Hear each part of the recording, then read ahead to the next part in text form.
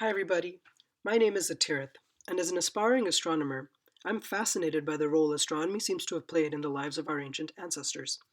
In fact, the archaeological record is teeming with sites and artifacts created to better connect our ancestors more closely to the stars. In this video, I hope to show you why astronomy was so important to these ancient cultures. We will virtually visit 4 archaeological sites, namely Goseck Circle in Goseck, Germany, Stonehenge in Wiltshire, England, the Kokino Megalith Observatory in North Macedonia, and the Cheomseongdae Observatory in Gyeongju, South Korea. These archaeological sites were constructed at different times, in different locations, and by different civilizations, and hopefully, as we visit them, we can learn a thing or two about the people who built them and why they went through all the trouble to do so.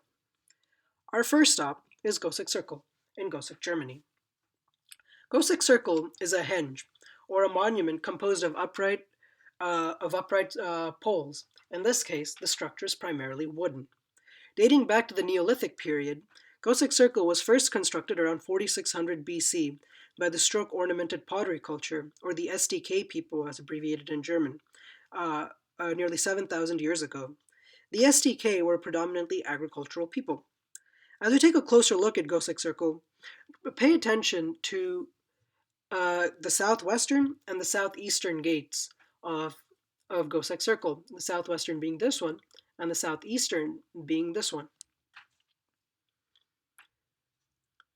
The sites of the southwestern and southeastern gates were specifically chosen to mark the start of the summer and winter solstices, 2 important dates to mark the progress of the seasons, a vital ability for agricultural people.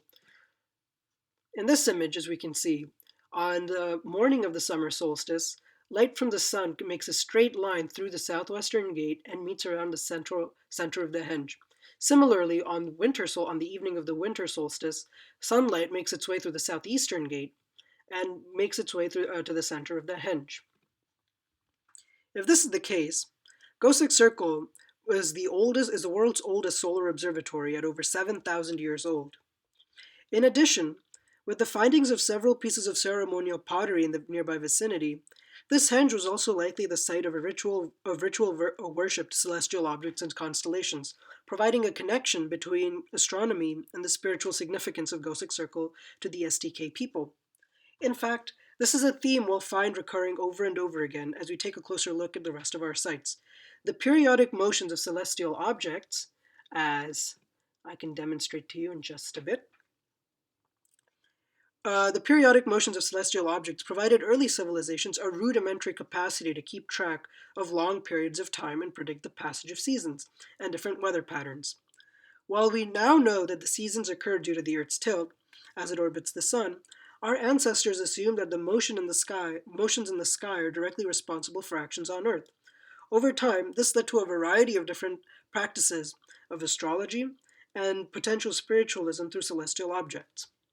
As you can see, as the Earth orbits around its axis, objects in the night sky follow a periodic cyclical motion. Our ancient ancestors made a connection between noticing which celestial objects appear and what the weather patterns on Earth might be. This is simply a correlation of the fact that as the Earth spins, it undergoes its seasons. The objects themselves aren't causing the seasons, but this was what our ancestors likely thought to be the cause of seasons and weather patterns. The next site that we'll visit will be Stonehenge in Wiltshire, England. Stonehenge was built in multiple stages, with the most iconic parts of the structure being these massive stone pillars. These pillars were carried on site from Wales around 2500 BC, almost 4,500 years ago. Notice the advancement in the structure between Goseck Circle and Stonehenge, with Goseck Circle being a wooden henge and Stonehenge being a stone henge. Let me show you another picture of the interior of Stonehenge. Notice the overall blueprint and its similarity to Goseck Circle, a circular outline with specific placements of gates as well as objects in the interior for special astronomical reasons.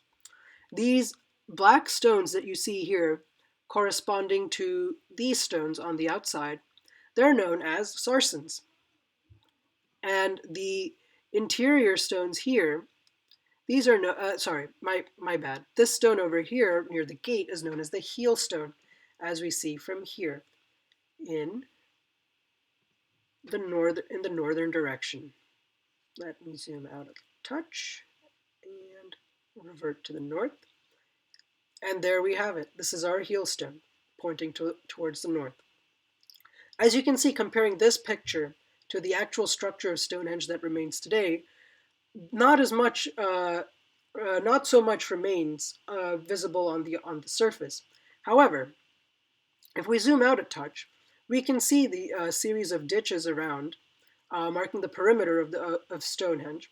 And if we zoom out a little further, I'm not sure if we'll be able to see it, there's a very, very faint outline of the entrance of a gate right over there and right over there.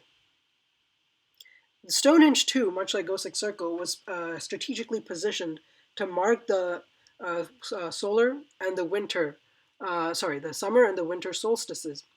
This is a picture of Stonehenge during a winter solstice sunset.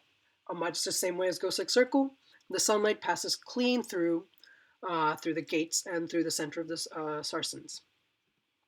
Stonehenge, and although not much is known about the people who built Stonehenge, we can infer, based on the similarities with Goseck Circle, that Stonehenge also played an important spiritual role in the lives of the people that built it. Next, we'll take a closer look at the Kokino Megalith Observatory in Kokino, North Macedonia. This is a Bronze Age site dating back to 1800 BC, almost, that's almost 3,000 years old, 4,000 years old.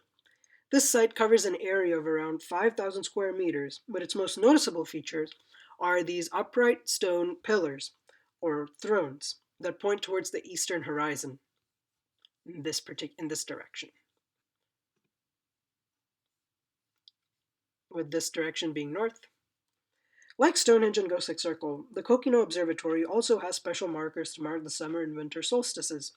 Kokino, however, also has the additional ability and the additional markers for observing the motion of the moon throughout the lunar cycle, in addition to several other celestial objects, as we can see in this image.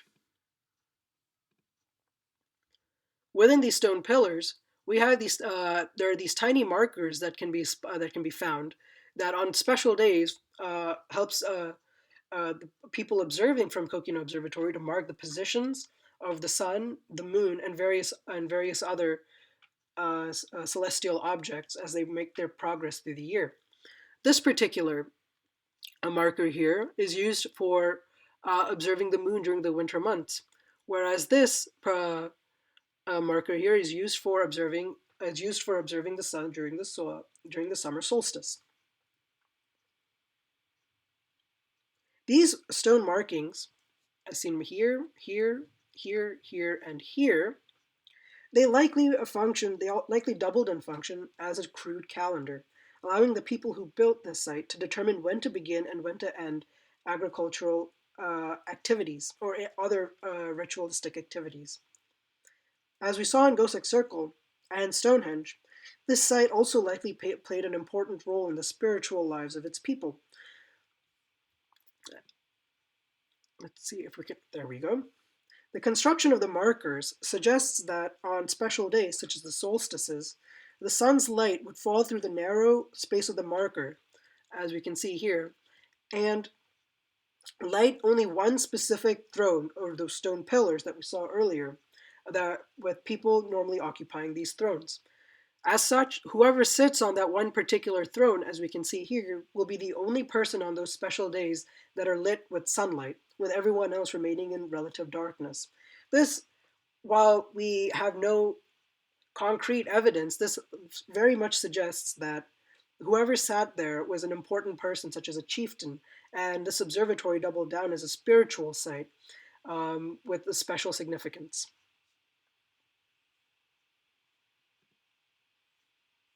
Our next site is Cheomseongdae Observatory in South Korea, in Gyeongju, South Korea. Notice that the other three sites we've looked at Although astronomical in design, they doubled down as spiritual centers for their communities. Cheomseongdae Observatory, on the other hand, was primarily a scientific site. Constructed in 632 AD on the orders of Queen Senduk of the Silla Kingdom, Cheomseongdae is the world's oldest observatory. I misspoke. The oldest observatory in East Asia. The structure is composed of a stylobite, as we can see here, or also known as a supporting base. It has a cylindrical curved body, as well as a square top that we can see over here. When viewed from above, Cheomseongdae Observatory has an uncanny similarity to the Hangul character of Jong, which means being well. In addition, the cylindrical part of Cheomseongdae Observatory is composed of 365 annular stones, each stone representing the 365 days of the year. The symbolism of the structure in this observatory suggests that astronomy was an important part of Silan life. For example, I'll move on to the next image. For example, as with many past cultures, astrology was significant in Silan politics. As such, there was great interest in astronomical observations from Cheomseongdae Observatory for politicians when making important state decisions, such as when to go to war or when to collect tax. This image shows you a better example of the other side of the construction of Cheomseongdae Observatory with a tiny hole here. As we take a closer look, we can see that the interior is in a spiral, with the astronomer making it all the way up to the square top, from where they can make observations in a relatively dim environment to in the skies above. Cheomseongdae Observatory has been prior to in the period before 800 was responsible for the premier astronomical observations in East Asia, with its observations being used as far as China and Japan.